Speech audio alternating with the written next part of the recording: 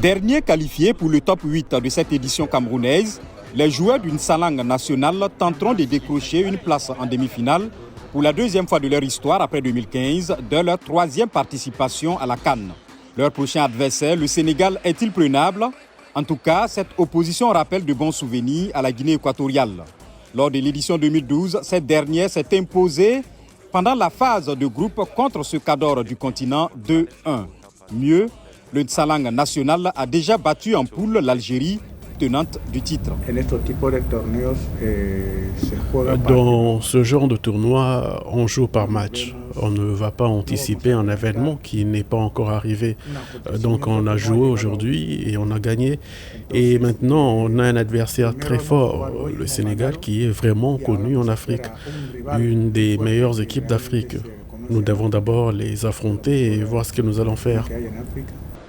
Eux affichent à leur compteur 12 participations à une phase finale de CAN, mais sont en pleine reconstruction. Les étalons du Burkina Faso ont cependant réussi à se hisser en quart, écartant le Gabon en huitième. Samedi, les Burkinabés feront face aux Tunisiens qu'ils connaissent pour les avoir déjà battus 2 fois à ce stade lors des CAN 1998 et 2017.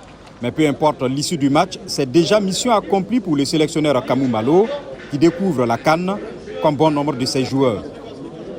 Tout ce que le Burkina, cette équipe aura à cette CAN, ce n'est que du bonus pour nous. Alors donc déjà, je pense qu'arriver à ce niveau de la compétition avec cette équipe, je pense que les garçons sont à féliciter.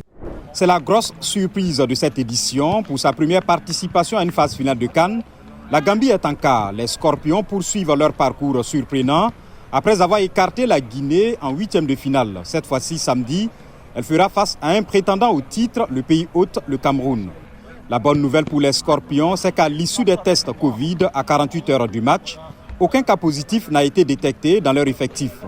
C'est en rang serré que les poulains du coach Tom Saint-Fief essaieront donc de repousser une fois de plus leurs limites. On est ici pour trouver notre limite, pour construire une équipe de futur, parce que je veux que la Gambie, pas seulement aujourd'hui et au quart final, mais aussi en 2023, 2025 et pourquoi pas les Coupes du Monde 2026 quand il y a 9 pays africains qui peuvent aller. Je veux développer ces équipes qui est respectée en Afrique.